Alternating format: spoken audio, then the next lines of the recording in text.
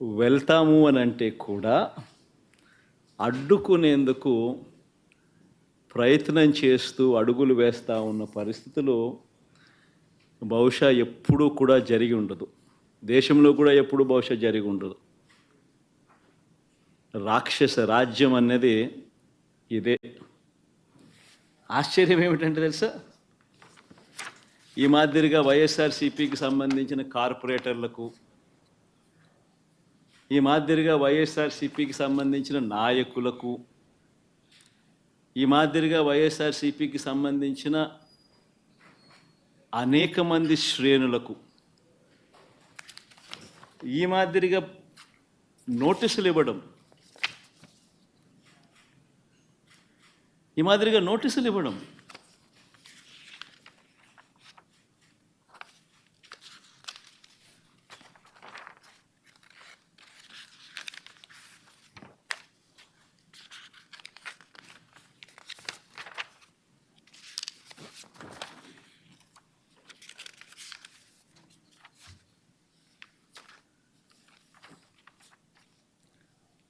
నోటీసులో ఏమని రాస్తారు?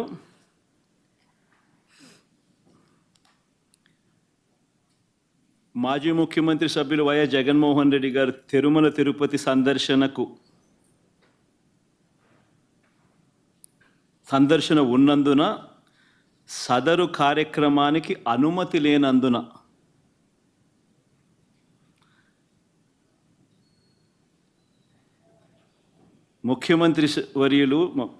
మాజీ ముఖ్యమంత్రి వర్యులు వైఎస్ జగన్మోహన్ రెడ్డి గారి తిరుమల తిరుపతి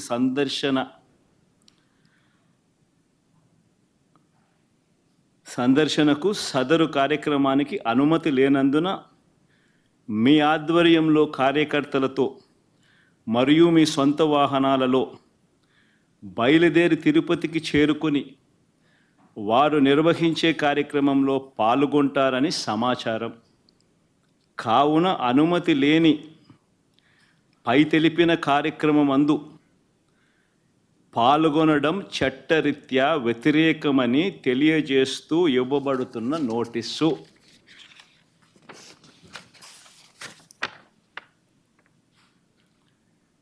ఒక రాష్ట్ర మాజీ ముఖ్యమంత్రి జగన్మోహన్ రెడ్డి అనే వ్యక్తి,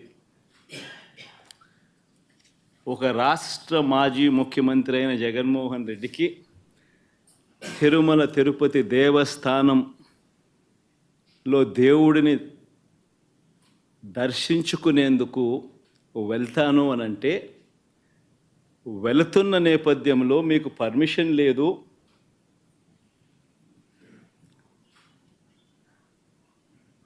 ఆ కార్యక్రమంలో ఎవరు పాలుపంచుకున్నా మీ అందరినీ అరెస్ట్ చేస్తాము అని గుడికి పోవడానికి పోతా ఉంటే నోటీసులు ఇస్తూ ఉన్నారు. నిజంగా ఆలోచన చేయమని అడుగుతా ఉన్నా. ఏ ప్రపంచంలో ఉండం? రాక్షస రాజ్యం కాదా ఇదని అడుగుతా ఉన్నా.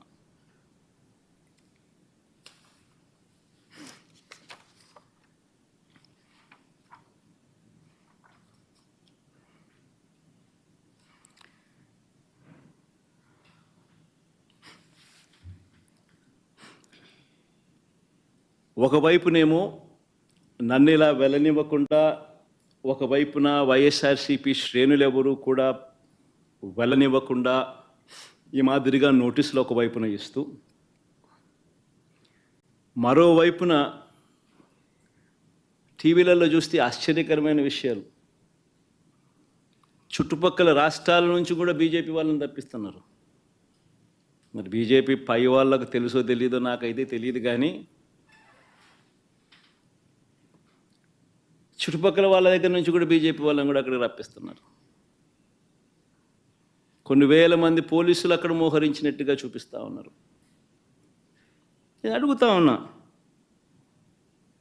ఎందుకు ఇంతగా టాపిక్ డైవర్ట్ చేయడానికి కోసం ఎందుకు ప్రయత్నం చేస్తూ ఉన్నారు? ఎందుకు ఇలా టాపిక్ డైవర్ట్ చేయడం కోసం ఎందుకు ఇంత ఆరాట పడతా ఉన్నారు?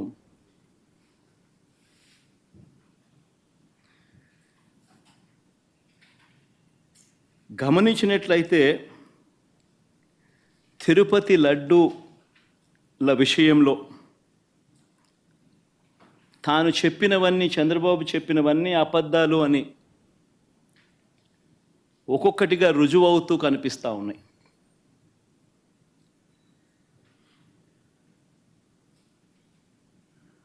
ఆ కనిపించే నేపథ్యంలో 100 రోజుల పాలన మీద టాపిక్ డైవర్ట్ చేస్తూ లడ్డూల టాపిక్ తీసుకొచ్చాడు.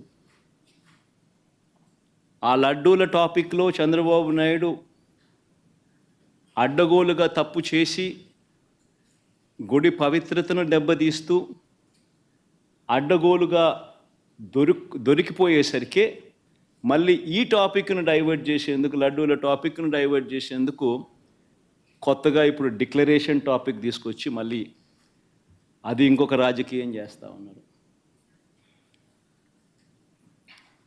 ఒకసారి గమనించినట్టయితే తిరుమల పవిత్రతను, స్వామివారి ప్రసాదం విశిష్టతను, తిరుమల పవిత్రతను, స్వామివారి ప్రసాదము విశిష్టతను, తిరుమల తిరుపతి దేవస్థానం పేరు ప్రఖ్యాతలను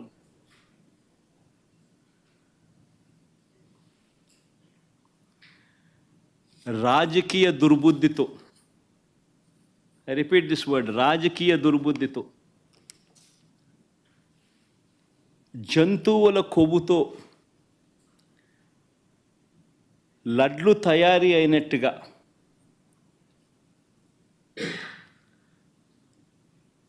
ఒక జరగని విషయాన్ని జరిగినట్టుగా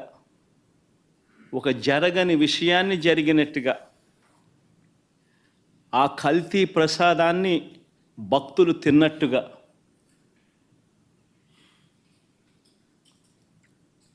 నిజంగా ఒక ముఖ్యమంత్రి స్థానంలో ఉన్న వ్యక్తి తెలిసి అబద్ధాలు ఆడుతూ, అసత్యాలు చెబుతూ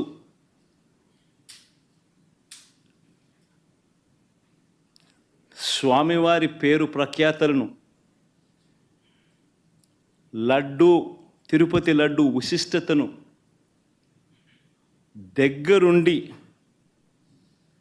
దగ్గరుండి అపవిత్రం చేసే కార్యక్రమం సాక్షాత్తు ఒక ముఖ్యమంత్రి చేస్తూ ఉంటే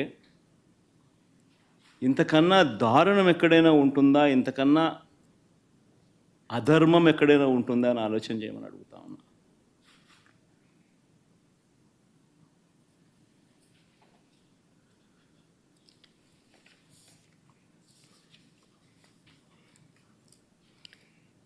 ఒకసారి వీటికి సంబంధించిన విషయాలు మరొక్కసారి పునరుద్ఘాటిస్తా. ఏ రకంగా చంద్రబాబు నాయుడు గారు అనే వ్యక్తి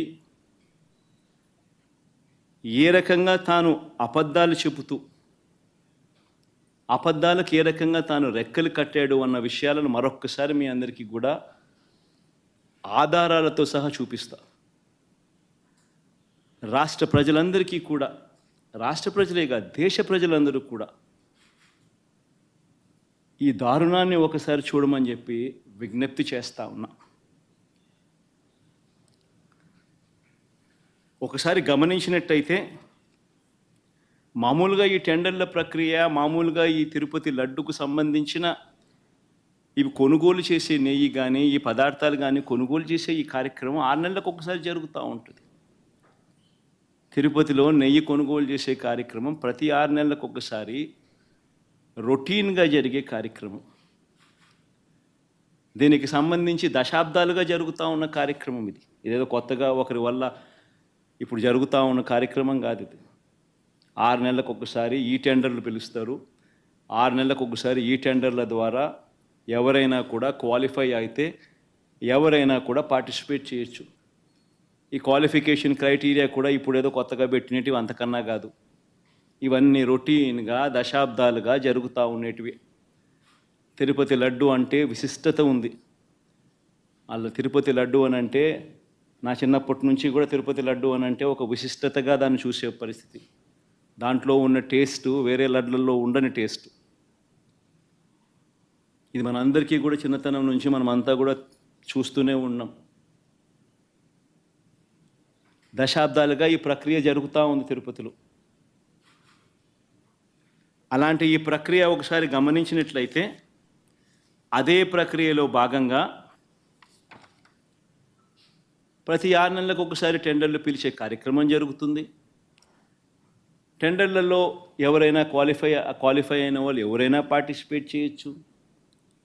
ఆ క్వాలిఫై అయిన వాళ్ళలో L1 ఎవరికైతే వస్తుందో, తక్కువ రేటు ఎవరైతే కోట్ చేస్తారో వాళ్ళకు న్యాచురల్గా టీటీడీ బోర్డు టెండర్ను అప్రూవ్ చేస్తుంది. ఇది ఒక రొటీన్ ప్రక్రియ. దీంట్లో గవర్నమెంట్కి సంబంధమే ఉండదు వాస్తవం చెప్పాలంటే. టీటీడీ బోర్డు అన్నది కూడా ఒక ప్రసిద్ధి కాంచిన బోర్డు. మామూలుగా దాంట్లో బోర్డులో సభ్యులు కూడా దేశం మొత్తం నుంచి కూడా దాంట్లో సభ్యత్వం తీసుకుంటారు. కేంద్ర మంత్రులు రికమెండేషన్ చేస్తారు టీటీడీ బోర్డుకు సంబంధించిన బోర్డు మెంబర్స్ను. చుట్టుపక్కల రాష్ట్రాల ముఖ్యమంత్రులు కూడా రికమెండ్ చేస్తారు టీటీడీ బోర్డుకు సంబంధించిన బోర్డు సభ్యత్వం కోసం. అంటే వాళ్ళ రాష్ట్రాలలో వాళ్ళు విశిష్టత ఉన్న వ్యక్తులనుగా భావించిన వాళ్ళను వాళ్ళు రికమెండ్ చేస్తారు. అటువంటి కూర్పుతో కూడిన టీటీడీ బోర్డు అది. అక్కడ ఉన్న వాళ్ళు ఎవరు కూడా తప్పు చేయాలనుకున్నా కూడా తప్పు చేయలేని పారదర్శక పద్ధతిలో టీటీడీలో ఓవర్ ది డికేడ్స్ సిస్టమ్స్ అన్నీ ఇవాల్వ్ అయి ఉన్నాయి. అక్కడ వచ్చే వాళ్ళు కూడా బోర్డు మెంబర్స్ కూడా ప్రసిద్ధిగాంచిన వ్యక్తులు. పారదర్శక విధానంతో దేవునికి ఇంకా ఎలా చేస్తే మంచి, దేవునికి ఇంకా మంచి చేయాలి అని తాపత్రయంతో అక్కడ బోర్డు మెంబర్స్గా వాళ్ళు కూర్చొని నిర్ణయాలు తీసుకుంటారు. ఇవన్నీ నేను చెప్పేటివన్నీ ఏదైతే చెప్తా ఉన్నామో ఇవన్నీ కూడా మనందరికీ తెలిసిన విషయాలే, వాస్తవాలు. ఇక్కడ ఈ ప్రక్రియలో కూడా ఇదే మాదిరిగానే టెండర్లు పిలిచారు. 6 నెలలకు ఒకసారి పిలిచే ఈ టెండరింగ్ ప్రక్రియలో ఆ టెండర్లలో క్వాలిఫై అయిన వాళ్ళను, L1గా ఎవరైతే వచ్చారో వాళ్ళను టెండర్స్ అప్రూవ్ చేసి వాళ్ళందరికీ కూడా ఇవ్వడం జరిగింది. ఆ టెండర్లలో అప్రూవ్ చేసిన వాళ్ళు ఒక్కరికే పూర్తిగా కూడా ఇచ్చే కార్యక్రమం కూడా జరగదు. వాళ్ళకు 65% మేరకు వాళ్ళకు ఆ మాదిరిగా ఇస్తారు. మిగిలిన వాళ్లకు అదే రేటుకు మిగిలిన వాళ్ళను కూడా తగ్గించి మిగతా వాళ్ళను కూడా ఇచ్చుకుంటూ పోతారు టెండర్లలో పార్టిసిపేట్ చేసిన వాళ్ళకు కూడా. ఇది రొటీన్గా జరుగుతూ ఉన్న కార్యక్రమాలు దశాబ్దాలుగా. ఇదే మాదిరిగా సప్లై చేసే వాళ్ళు సప్లై చేస్తూ పోతున్నారు. సప్లై చేసే మెకానిజంలో కూడా రోబస్ట్ పద్ధతులు ఉన్నాయి. ఎవరైతే క్వాలిఫై అవుతారో వాళ్ళు సప్లై చేసే ప్రతి ట్యాంకర్తో పాటు NABL సర్టిఫైడ్ ల్యాబ్స్ నుంచి వాళ్ళు క్వాలిటీ చెక్ చేయించుకొని ఆ ట్యాంకర్లలో ఉన్న ప్రోడక్ట్ క్వాలిటీని నిర్ధారిస్తూ ఒక సర్టిఫికెట్ తీసుకొని వస్తారు.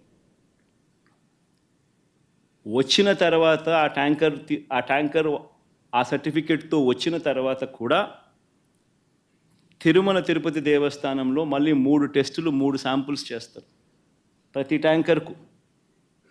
This is a protocol, mandatory protocol ఇది. ఆ 3 టెస్టులు పాస్ అయితేనే ఏ వెహికల్ అయినా కూడా ముందుకు పోనిస్తారు. ఆ 3 టెస్టులలో ఏ టెస్ట్ ఫెయిల్ అయినా కూడా అసలు వెహికల్ ముందుకు కూడా పోదు, తిరిగి వెనక్కి పంపించేస్తారు. ఈ ప్రక్రియ దశాబ్దాలుగా జరుగుతూ ఉంది. చంద్రబాబు నాయుడు గారి హయాంలో 2014 నుంచి 19 మధ్యలో 14 నుంచి 15 సార్లు చంద్రబాబు నాయుడు హయాంలో ఇలానే ట్యాంకర్లు వస్తే క్వాలిటీ లేదని రిజెక్ట్ చేశారు, వెనక్కి పంపించారు. 14 నుంచి 15 సార్లు.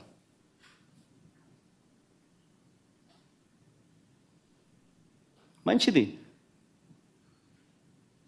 ఒక రోబస్ట్ ప్రక్రియ అన్నది ఒకటి ఉంది.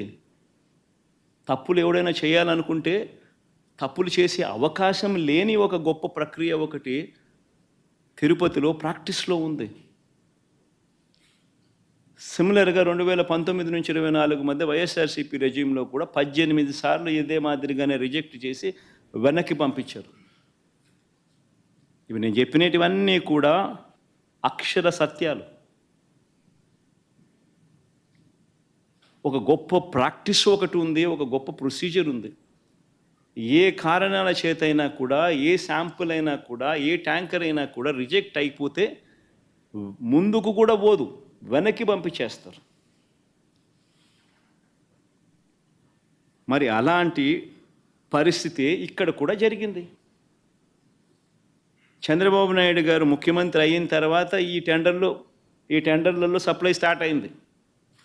ఇప్పుడు వీళ్ళు టీటీడీ బోర్డు కూడా వీళ్ళైతే ఏదైతే ఫైనలైజ్ చేసినారో ఆ బోర్డు ఫైనలైజ్ చేసిన, అప్రూవ్ చేసిన వాళ్ళు ఎప్పటి నుంచి సప్లై చేశారు? జూన్ 12వ తారీఖు నుంచి వాళ్ళు సప్లై చేశారు. అంటే అప్పటికి చంద్రబాబు నాయుడు గారి ప్రభుత్వం వచ్చింది. వచ్చిన తర్వాత ఈ సప్లైలు మొదలయ్యాయి. మొదలైన ఈ సప్లైలలో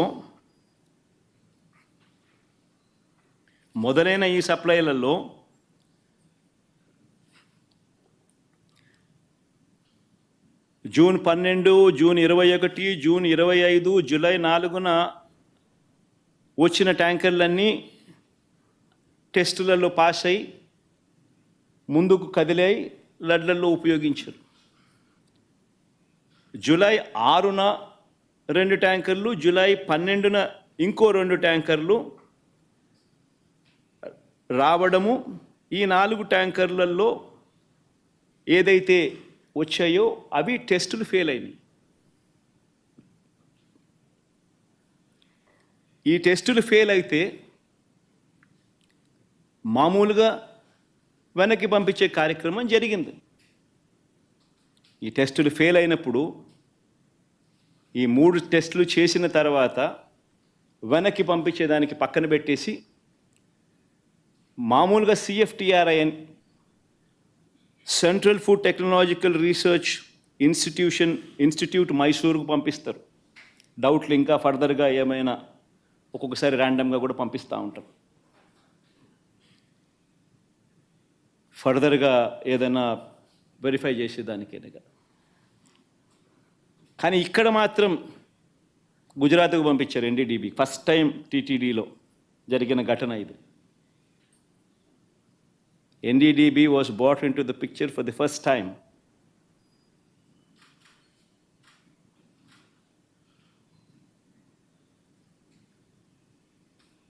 ఇప్పుడు గుజరాత్కు ఫస్ట్ టైం పంపించారు NDDB రిపోర్ట్. NDDB రిపోర్టుకు పంపిస్తే NDDB రిపోర్టు జూలై 23న వాళ్ళు శాంపుల్ వాళ్ళు ఈ టెస్ట్ రిపోర్ట్ పంపించినారు రిజెక్ట్ చేస్తూ. ఈ శాంపుల్స్ ఈ ట్యాంకర్లు ఏదైతే ఉన్నాయో వెనక్కి వెళ్ళిపోయాయి. రిజెక్ట్ చేయబడ్డారు. జూలై 23న రిపోర్ట్ వచ్చింది. TTD ఈవో వారికి పర్మిషన్ కూడా ఇవ్వలేదు. అవి వెనక్కి పంపించేశారు. ఇవే విషయాలు వెనక్కి పంపించినట్టుగా ఆ కంపెనీ వాళ్ళకు షోకాస్ నోటీసులు కూడా ఇచ్చారు.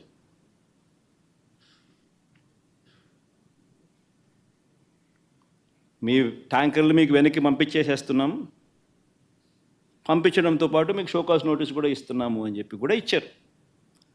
సో నేను అడుగుతా ఉన్నా, వాడని మెటీరియల్, వాడని నెయ్యి క్లియర్గా వాడని నెయ్యి అని చెప్పి క్లియర్గా తెలుస్తూ ఉన్నా, ఆ నెయ్యి వాడకంలో వాడలేదు అని తెలుస్తూ ఉన్నా. చంద్రబాబు నాయుడు గారు ఉద్దేశపూర్వకంగా ఎందుకు ఆ నెయ్యి వాడారు అని 2 నెలల తర్వాత సెప్టెంబర్ 18వ తారీఖున ఎందుకు అన్నాడు?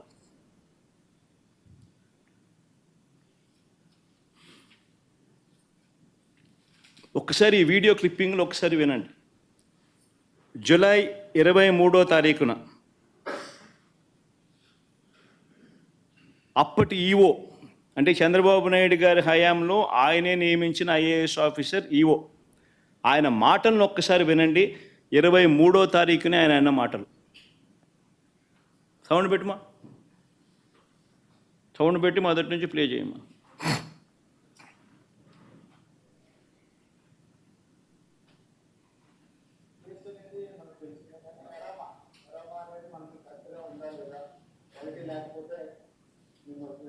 చర్యలు తీసుకుంటాం. కొందరు మేనేజ్మెంట్ వాళ్ళు వచ్చారు, ఒక్కొక్కరు మాట్లాడుతుంటారు. చెప్పిన తర్వాత కొంతమంది ఇంప్రూవ్ చేశారు. ఆ శాంపుల్స్లో అడల్టరేషన్ ఉందని తెలియదు. అడల్టరేషన్ ఏం అడల్టరేషన్ ఉందంటే వెజిటబుల్ ఫ్యాట్స్. వెజిటబుల్ ఫ్యాట్స్ అంటే వనస్పతి అంటాం కదా, వెజిటబుల్ బియ్య వనస్పతి అది తెలిసింది.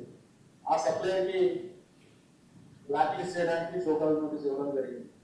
ఈ టెండర్ ట్యాంకర్స్ కూడా 2 ట్యాంకర్స్ ఉన్నాయి. ఆ 2 ట్యాంకర్స్ కూడా రిజెక్ట్ చేయడం జరిగింది. ఆ 2 ట్యాంకర్లను కూడా రిజెక్ట్ చేయడం జరిగింది. షోకాస్ నోటీస్ ఇవ్వడం జరిగింది. వనస్పతి ఆయిల్ అడల్టరేషన్ చేసినారని కూడా ఆయన అన్నాడు. మరి క్లియర్ కట్గా 23వ తారీఖునే, జూలై 23వ తారీఖునే ఈఓ వెరీ క్లియర్గా వాడకంలోకి ఇది తీసుకొని రాలేదు అని చెప్పి ఇంత క్రిస్టల్ క్లియర్గా చెప్పినా కూడా 2 నెలల తర్వాత సెప్టెంబర్ 18వ తారీఖున చంద్రబాబు నాయుడు గారు అనే వ్యక్తి అన్నీ తెలిసి తాను ఏ రకంగా అబద్ధాలు ఆడాడో వినండి ఒకసారి. దగ్గర పెట్టే ప్రసాదం అపవిత్రం చేసే విధంగా ఓసారి బాధేస్తుంది. నాసి రకమైన ఇంగ్రీడియంట్సే కాకుండా ఎనిమల్ ఫ్యాట్ కూడా వాడారని, ఏది గీకు బదులు. గీకి బదులు యానిమల్ ఫ్యాట్ కూడా వాడారని, లడ్లు తయారయ్యాయని, భక్తులకు పంచారని, భక్తులు తిన్నారని ఏకంగా సాక్షాత్తు ఒక ముఖ్యమంత్రి అన్నీ తెలిసిన వ్యక్తి అబద్ధాలు ఆడడం. మళ్ళీ సెప్టెంబర్ 20వ తారీఖున ఈఓ మళ్ళీ ఇచ్చిన ఇంటర్వ్యూ. చంద్రబాబు నాయుడు గారు 18వ తారీఖున తాను ఈ మాటలు మాట్లాడితే సెప్టెంబర్ 19వ తారీఖున, అంటే చంద్రబాబు నాయుడు మాట్లాడిన మరుసటి రోజే సెప్టెంబర్ 19వ తారీఖున ఏకంగా తెలుగుదేశం పార్టీ వాళ్ళు వాళ్ళ తెలుగుదేశం పార్టీ ఆఫీసు నుంచి ఈ ఎన్డీడీబీ గుజరాత్ నుంచి తెప్పించిన ఈ కాన్ఫిడెన్షియల్ రిపోర్టును రిలీజ్ చేస్తారు తెలుగుదేశం పార్టీ ఆఫీస్ నుంచి సెప్టెంబర్ 19వ తారీఖున. అంటే చంద్రబాబు నాయుడు 18వ తారీఖున మాట్లాడతాడు అబద్ధాలు వల్ల వేస్తూ. సెప్టెంబర్ 19వ తారీఖున అంటే మరుసటి రోజు తెలుగుదేశం పార్టీ ఆఫీస్లో నుంచి ఈ రిపోర్ట్ రిలీజ్ చేస్తారు. ఈ ఎన్డీడీబీ రిపోర్ట్, గుజరాత్ నుంచి వచ్చిన ఈ కాన్ఫిడెన్షియల్ రిపోర్టును తెలుగుదేశం పార్టీ ఆఫీస్ రిలీజ్ చేస్తుంది. చేసిన తర్వాత మళ్ళీ 20వ తారీఖున టీటీడీ ఈఓ తాను ప్రెస్లో మాట్లాడుతూ తానేమన్నాడో ఒక్కసారి విందాం. Four tankers have been kept aside, and then they were kept aside so that they can be used when the reports come clear. But the reports unfortunately didn't come clear, and we rejected, we sent it, and then we stopped from that supply. 20వ తారీఖున మళ్ళీ reconfirm చేశాడు EO. ట్యాంకర్లలో వచ్చిన నెయ్యిని మేము వాడలేదు. ఆ reports సరిగ్గా రాని నేపథ్యంలో ఆ రిపోర్ట్స్ను ఆధారంగా ఆ ట్యాంకర్లను వెనక్కి పంపించేశాము అని మళ్ళీ రీటరేట్ చేసినాడు. మరొక్కసారి మళ్ళీ ధృవీకరించాడు ఈఓ. ఇవ్వడమే కాక అఫీషియల్గా సెప్టెంబర్ 22వ తారీఖున 20వ తారీఖున ఆ మాట చెప్పాడు. 22వ తారీఖున ఏకంగా ఈఓ తాను సంతకం చేసి ఇది ఈఓ సంతకం.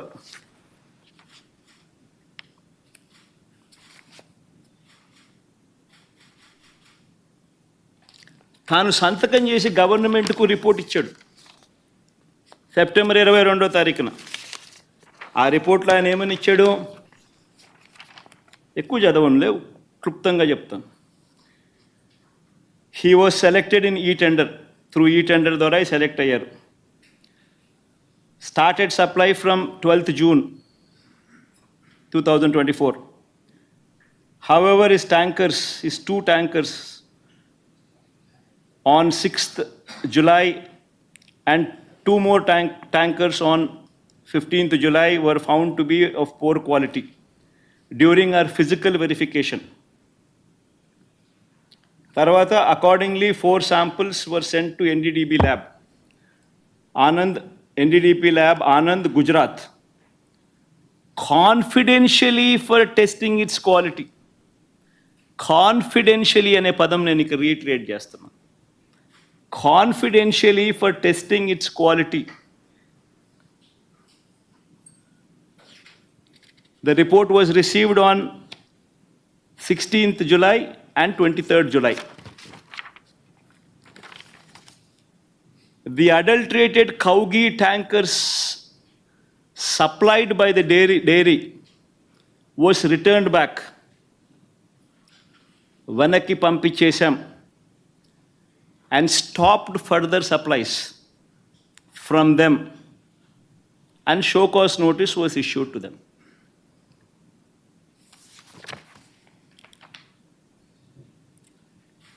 నేను అడుగుతా ఉన్నా, confidential report Telugu Desam party office September 19వ తారీఖున 2 నెలల తర్వాత తెలుగుదేశం పార్టీ ఆఫీస్ నుంచి రిలీజ్ చేస్తారు. ఈ గుజరాత్ నుంచి వచ్చిన ఈ ఎన్డీడీబీ రిపోర్ట్.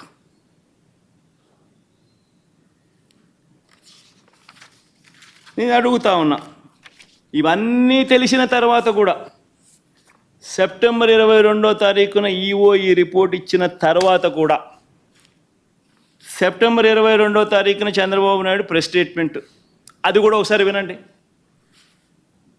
ఇక్కడికి వచ్చినప్పుడు 4 ట్యాంకర్స్, అప్పటికే 4 ట్యాంకర్స్ వచ్చేసి దాన్ని వాడారు. అంటే చంద్రబాబు నాయుడు ఇంత రిపోర్ట్ వచ్చిన తర్వాత, ఈఓ ఇన్నిసార్లు స్టేట్మెంట్ ఇచ్చిన తర్వాత, ఇంత చెప్పిన తర్వాత కూడా 22వ తారీఖున చంద్రబాబు నాయుడు మళ్ళా ప్రెస్ మీట్ పెట్టి ట్యాంకర్లు వచ్చేసాయి, దాన్ని వాడేశారు అని మళ్ళా అబద్ధాలు ఆడుతూ మళ్ళీ చెప్తాడు. నేను అడుగుతా ఉన్నా, ముఖ్యమంత్రి స్థానంలో ఉన్న వ్యక్తి కేవలం రాజకీయంగా లబ్ధి పొందేందుకు ఈ మాదిరిగా స్వామివారి ప్రసాదం విశిష్టతను, తిరుమల తిరుపతి దేవస్థానం ప్రతిష్టను, వెంకటేశ్వర స్వామి ప్రసాదానికి సంబంధించిన పేరు ప్రఖ్యాతలను ఈ మాదిరిగా అబద్ధాలతో తగ్గించడం, కుట్రపూరితంగా అబద్ధాలతో తగ్గించడం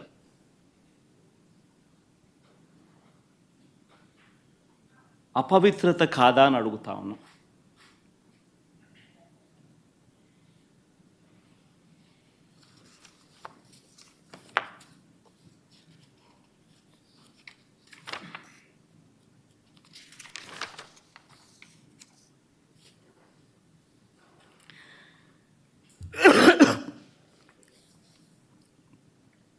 ఎన్డీడీబీ రిపోర్ట్ ఉందమ్మా?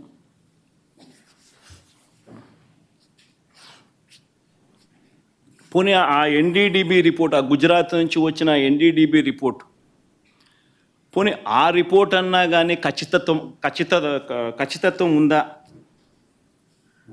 ఆ రిపోర్ట్ అయినా ఖచ్చితమైన రిపోర్టా అని అంటే ఒకసారి గమనిస్తే ఆ రిపోర్ట్లో వాళ్ళే డిస్క్లైమర్లు రాసినారు. ఆ రిపోర్ట్లో వాళ్ళే డిస్క్లైమర్లు రాశారు. ఆ రిపోర్ట్ ఒకసారి కూడా చూపించు, తప్పేముంది, ఆ రిపోర్ట్లో డిస్క్లైమర్ చూపించు, ఆ రిపోర్ట్ టెలికాస్ట్ పెట్టండి. ఆ రిపోర్ట్లో వాళ్ళే డిస్క్లైమర్ రాశారు. ఏమని రాశారు? ది ఎస్ వాల్యూ అంటే ఉండాల్సిన స్టాండర్డ్ వాల్యూ కన్నా ఉన్న స్టాండర్డ్ వాల్యూ ఆ శాంపుల్స్లో డీవియేషన్స్ ఉన్నాయి.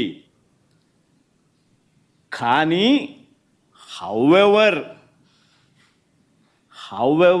కానీ ఈ సర్కమ్స్టాన్సెస్లో ఒక false positive result can also be obtained. అంటే ఇలాంటి సర్కమ్స్టాన్సెస్లో ఒక false positive result can also be obtained అని డిస్క్లైమర్ కూడా ఇచ్చారు. ఆ false positive result can be obtained అనే డిస్క్లైమర్లో వాళ్ళు ఇచ్చిన పరిస్థితులు ఏమిటంటే, if the milk is obtained from bovine milk other than cow's milk,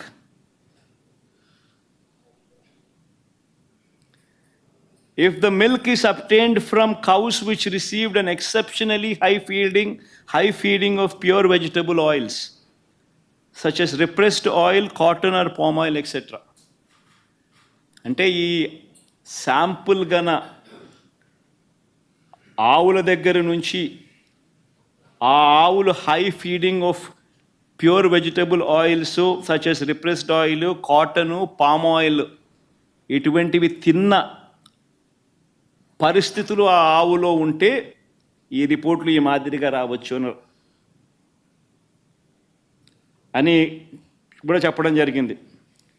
are ఇటువంటి రిపోర్టు ఏదైనా cow suffering from serious under feeding, అంటే ఒక ఆవు అండర్ ఫీడింగ్లో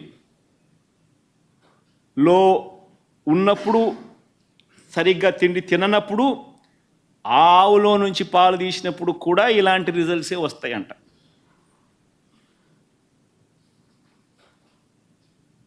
ఇవన్నీ రిపోర్ట్లో వాళ్ళు డిస్క్లైమర్స్ కింద రాసినారు. ఇదేదో ఖచ్చితమైన రిపోర్టా అంటే అది కాదు. మరి ఇవన్నీ తెలిసి చంద్రబాబు నాయుడు కావాలని అబద్ధాలు ఆడుతూ తిరుపతి వెంకటేశ్వర స్వామి వారి విశిష్టతను, ప్రసాదానికి సంబంధించిన పవిత్రతను దగ్గర ఉండి కావాలని అబద్ధాలు చెప్పి అనుమానపు బీజాలు ప్రసాదం పుచ్చుకునే ప్రతి ఒక్కరిలోనూ లేపడం దుర్మార్గం కాదా అని అడుగుతా ఉన్నా.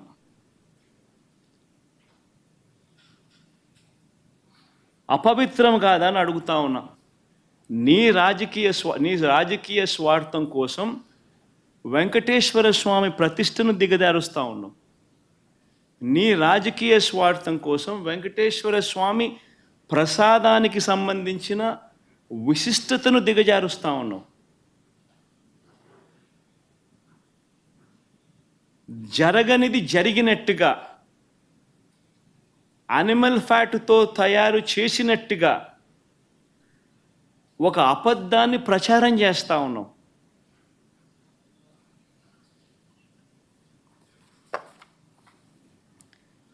ధర్మమేనా అని అడుగుతా ఉన్నా. మరోవైపు ఇంకా ఇలా అబద్ధాలు రోజుకు ఒక్కొక్కడు ఒక్కొక్క అబద్ధాన్ని ప్రమోట్ చేస్తారు. ఈ మధ్యకాలంలోనే ఇంకొక అబద్ధాలను వీళ్ళు ప్రమోట్ చేస్తూ నందిని బ్రాండ్ను కూడా వాడడం లేదని అంటాడు. కేఎంఎఫ్ పక్కన కర్ణాటక మిల్క్ ఫెడరేషన్ వారి నందిని బ్రాండ్ అని. నేను అడుగుతా ఉన్నా, 2015 నుంచి 2019 చంద్రబాబు నాయుడు గారి హయాంలో 2015 నుంచి 2018 అక్టోబర్ దాకా నందిని బ్రాండ్ ఎందుకు లేదు? చంద్రబాబు నాయుడు గారు కొనుగోలు చేసిన 6 నెలలకు ఒకసారి పిలిచిన టెండర్ల ప్రక్రియలో ఎందుకు లేదు?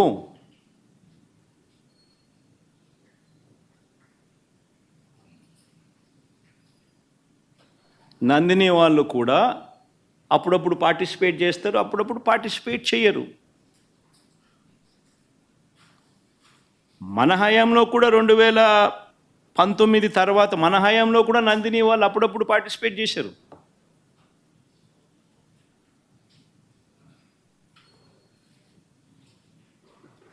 రేటు ఇంకోటి అంటాడు, 320 రూపాయలకి నెయ్యి ఎట్టు వస్తుందని. ఇంకా ఆశ్చర్యకరమైన విషయం అండి, నాకు అర్థం కాల. చంద్రబాబు నాయుడు గారి హయాంలో 2015 నుంచి 19 వాళ్ళు ప్రొక్యూర్ చేశారు కదా నెయ్యిని. టెండర్లు పిలిచి ఇదే మాదిరిగానే ఈ టెండర్ల ద్వారా పిలిచి ప్రొక్యూర్ చేశారు కదా. ఏ రేటుకు ప్రొక్యూర్ చేసినారు? అదే క్వాలిటీ నెయ్యే కదా ఇప్పుడు కూడా. అప్పుడు అదే క్వాలిటీ, ఇప్పుడు అదే క్వాలిటీ. దశాబ్దాలుగా నెయ్యి క్వాలిటీ అదే, కొత్తగా మారింది ఏమీ లేదు. అవే ఆవులు, అవే డైరీలు, అవే ఆవులు, అవే పాలు, అవే నెయ్యి, అదే క్వాలిటీ. ఆ క్వాలిటీ ఉంటే తీసుకుంటారు, లేకపోతే తీసుకోరు. చంద్రబాబు నాయుడు హయాంలో నెయ్యి ఏ రేటుకు కొన్నారు? 276 రూపాయలు 2015లో కొన్నారు టెండర్ల ద్వారానే. 2019 జనవరిలో, అంటే ఆయన చివరి దాంట్లో 324 రూపాయలు కొన్నారు. మన అటేటప్పుడు ఇక్కడ 320 కొంటే తప్పేముందయా? ఉన్న రేట్ అది. వాళ్ళు టెండర్లలో వాళ్ళు కోట్ చేసినారు, L1 కింద ఎవడైతే వాళ్ళకి ఇచ్చినారు. ఏం తప్పు జరుగుతూ ఉంది? నీ హయాం అంతా ఇదే రేట్లతోనే జరిగాయి, కొనుగోలు చేశారు. మరి ఇప్పుడు కూడా అదే రేట్లతోనే కొనుగోలు జరుగుతూ ఉంది. కేవలం చంద్రబాబు నాయుడు ఇప్పుడు ఆయన హెరిటేజ్ పాలను కార్టెల్ ఫామ్ చేసి నెయ్యి రేట్లు పెంచేసి ఆ కార్టెల్లో చంద్రబాబు నాయుడు హెరిటేజ్ కంపెనీ లాభపడాలనే ఉద్దేశంతో కొత్తగా ఇప్పుడు రేట్లు పెంచడం కోసం అని చెప్పి కొత్తగా ఇప్పుడు మాట్లాడుతూ ఉన్నాడు చంద్రబాబు నాయుడు. అదే క్వాలిటీ నెయ్యి, అయ్యే స్పెసిఫికేషన్స్ నువ్వు అడిగేది. దశాబ్దాలుగా నువ్వు అయ్యే స్పెసిఫికేషన్స్ అడుగుతున్నావు. అవే స్పెసిఫికేషన్స్ అప్పుడు అడుగుతున్నావు, అవే స్పెసిఫికేషన్స్ ఇప్పుడు అడుగుతున్నావు. అదే క్వాలిటీ అప్పుడు అడుగుతున్నావు, అదే క్వాలిటీ ఇప్పుడు అడుగుతున్నావు. తిరుపతి లడ్డు అన్న విశిష్టత మనం చాలా గొప్పగా చెప్పుకుంటాం. తిరుపతి లడ్డు టేస్ట్ చాలా బాగుంటుంది అని, గొప్ప టేస్ట్ అని. మన అదే క్వాలిటీ టేస్ట్, అదే నెయ్యి, అదే క్వాలిటీ, అదే టేస్ట్. అప్పుడైనా అంతే, ఇప్పుడైనా అంతే, ఎప్పుడైనా అంతే. మరి ఈ మాదిరిగా అబద్ధాలు ఆడడం ఎంత మటుకు ధర్మం?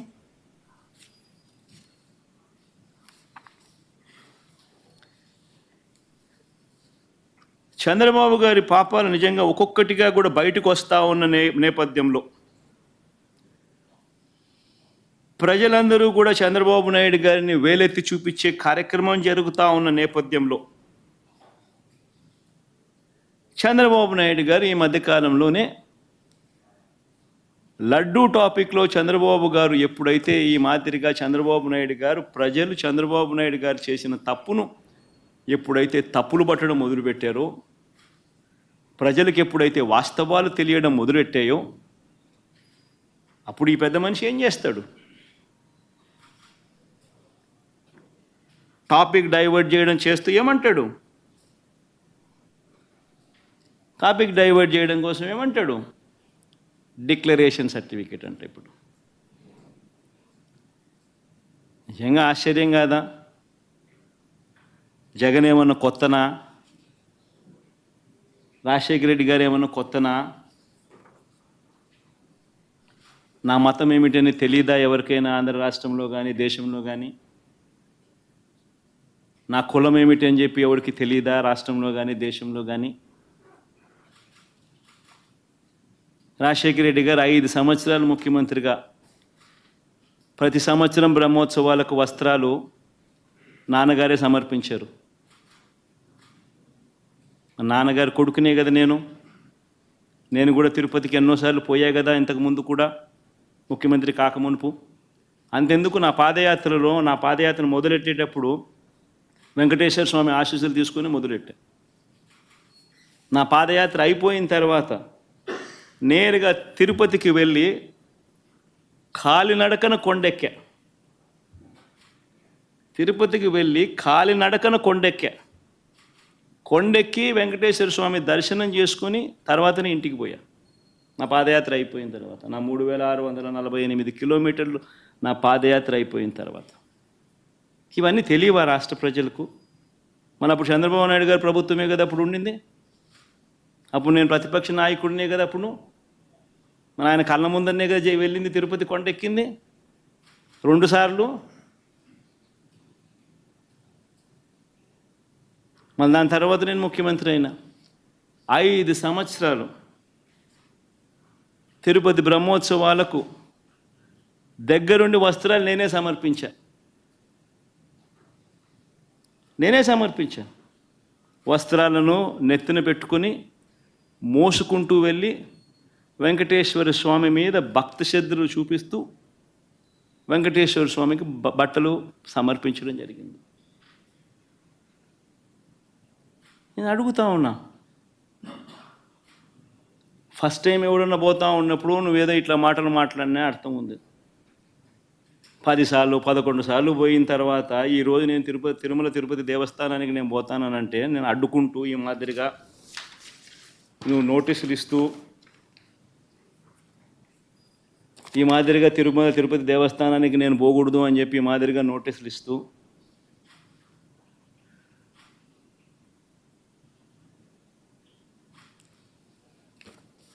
ఈ మాదిరిగా మా ఎమ్మెల్యేలకు మా కార్పొరేటర్లకు అందరికీ కూడా ఈ మాదిరిగా నోటీసులు పంపుతూ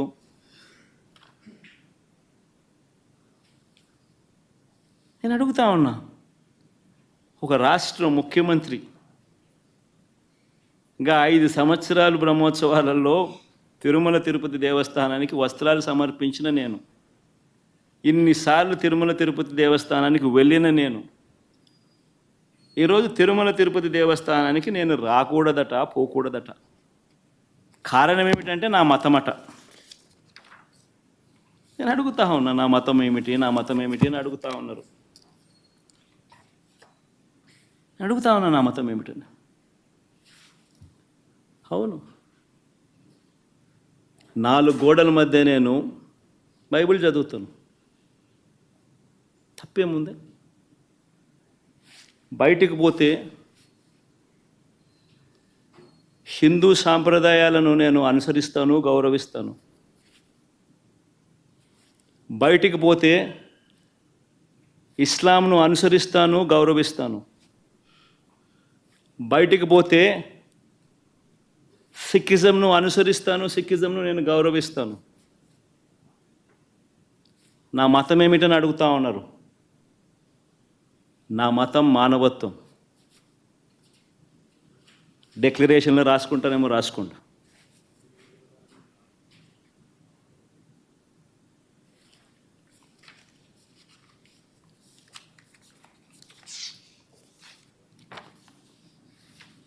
భారతదేశం కాన్స్టిట్యూషన్ నేను ఒకసారి చదువుతా. According to the preamble, India is a sovereign, socialist, secular, democratic republic. Secular అనే పదానికి అర్థం తెలుసని అడుగుతా ఉన్నా. గుడికి పోయే వ్యక్తిని నువ్వు ఏ మతము అని అడుగుతా ఉన్నావు. ఏ మతము అని చెప్పకపోతే గుడిలోకి ఎంటర్ కాకూడదు అని అంటా ఉన్నావు. సెక్యులర్ దేశం అని చెప్పి చెప్పుకుంటా ఉన్నాం. ఒక ముఖ్యమంత్రిగా పరిపాలన చేసిన వ్యక్తి పరిస్థితి ఇదే అయితే ఇక ఆ దళితుల పరిస్థితి ఏమిటి? గుళ్ళలే పోగలుగుతారా? పోయే పరిస్థితి ఉందా? పోనిస్తారా? రానిస్తారా? ఏం చేస్తూ ఉండు? నిజంగా రాజకీయాల్లో మతం పేరుతో రాజకీయాలు చేయడం ఎంత దౌర్భాగ్యమో నేను ఇదే బీజేపీ పార్టీని కూడా అడుగుతా ఉన్నా. బీజేపీ పార్టీ గొప్పగా చెప్పుకుంటుంది హిందూయిజానికి మేమే హిందూయిజానికి మేమే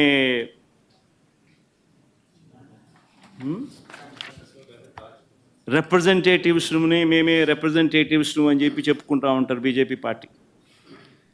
నేను ఇదే బీజేపీ పార్టీని అడుగుతా ఉన్నా, మీ కళ్ళ ఎదుటే అయ్యా బీజేపీ పార్టీ, మిమ్మల్ని అడుగుతా ఉన్నా, ఈరోజు మీ కళ్ళ ఎదుటే మీ ఎన్డీఏ కూటమిలో భాగంగా ఉన్న వ్యక్తే తిరుపతిలో వెంకటేశ్వర స్వామి విశిష్టతను, తిరుపతి లడ్డు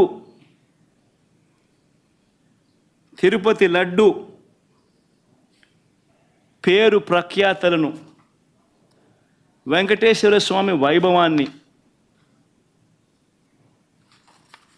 దగ్గరుండి అబద్ధాలు చెబుతూ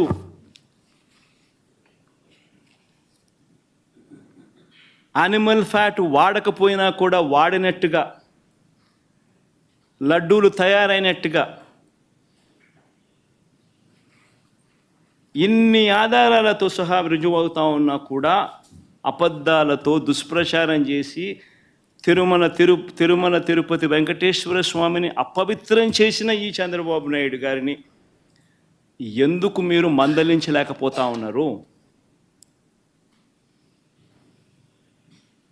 ఎందుకు మీరు వెనకేసుకొని వస్తూ ఉన్నారు?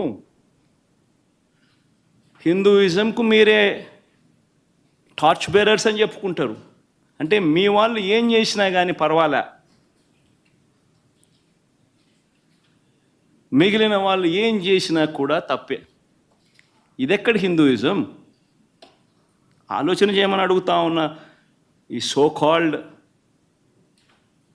హిందూయిజానికి టార్చ్ బేరర్స్గా చెప్పుకుంటా ఉన్న వీళ్ళందరినీ కూడా ఆలోచన చేయమని అడుగుతా ఉన్నా. నిజంగా హిందూయిజం అంటే ఏమిటి అని అంటే మానవత్వం చూపేదే హిందూయిజం. మానవత్వం చూపలేని వాళ్ళు ఎవరూ కూడా నేను మంచి హిందువునని కూడా చెప్పుకునే కార్యక్రమం చేయలేరు.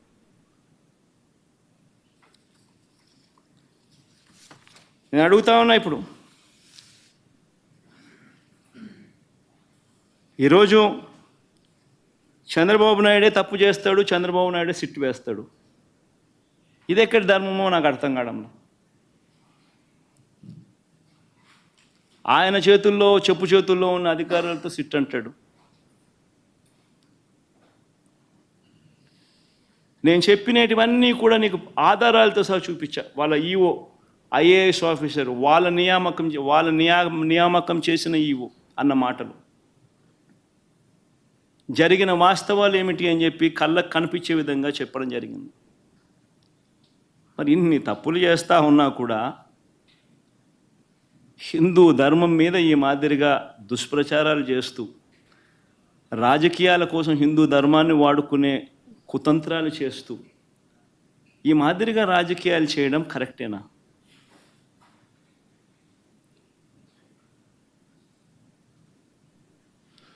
ప్రతి ఒక్కరు ఆలోచన చేయమని అడుగుతా ఉన్నాను. నన్ను గుడికి పంపించినా పంపించకపోయినా కానీ చంద్రబాబు నాయుడు చేసిన పాపాన్ని రాష్ట్ర ప్రజల మీద పడకుండా ఉండేందుకు వైఎస్ఆర్సీపీని ప్రేమించే ప్రతి అభిమానికి చెప్తా ఉన్నా, రాష్ట్రం మీద అభిమానం ఉన్న ప్రతి ఒక్కరికి కూడా చెప్తా ఉన్నా, మీ నియోజకవర్గాలలో, మీ ప్రాంతాల్లో, మీ గ్రామాలలో మీరు అక్కడి గుళ్ళల్లోకి వెళ్ళి మీరు పూజలు చేయండి, దేవుణ్ణి అడగండి, దేవుణ్ణి ముక్కండి. చంద్రబాబు నాయుడు తప్పు చేశాడు, మేము కాదు తప్పు చేసింది. చంద్రబాబు నాయుడు తిరుమల తిరుపతి వెంకటేశ్వర స్వామిని తగ్గించినాడు, తిరుమల తిరుపతి ప్రసాదాన్ని విశిష్టతను తగ్గించినాడు, కానీ మేం కాదు తప్పు చేసింది. ఆ దేవుని కోపం ఏదైనా ఉంటే అది చంద్రబాబు నాయుడు వరకే పరిమితం కావాలి తప్ప రాష్ట్రం మీదకి రాకుండా పూజలు చేయమని చెప్పి ప్రతి ఒక్కరిని కూడా కోరుతా ఉన్నా. 4 మాటలు ఇంగ్లీష్లో కూడా మాట్లాడతా. 4 మాటలు ఇంగ్లీష్లో కూడా చెప్తే ఇంగ్లీష్లో కూడా వాళ్ళకు కూడా అర్థమయ్యే పరిస్థితి కూడా జరుగుతుంది కాబట్టి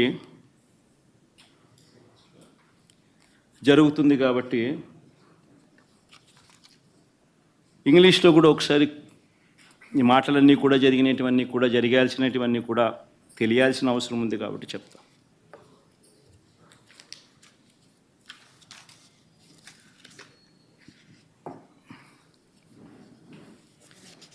Never in the history of Andhra Pradesh, probably never in the history of this country, probably, we have ever witnessed such a situation where you actually have a situation where if somebody were to visit a temple, people have been barred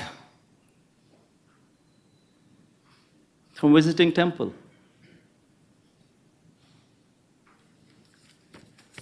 These are the notices given to ISRCP cadre, MLAs, corporators, sarpanches, MPTCs, ZPTCs, this kind of cadre. These are the various notices.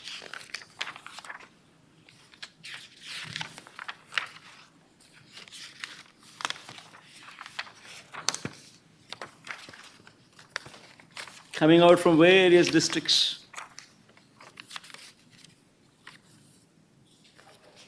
And you know what these notices say? They say, even though they are in Telugu, I would translate them into English for better understanding. The notices say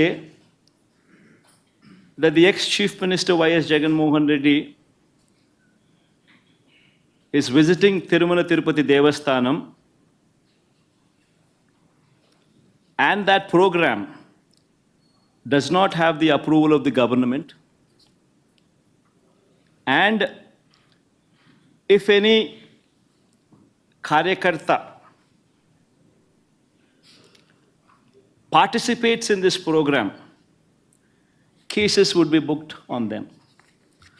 That is the gist of these notices.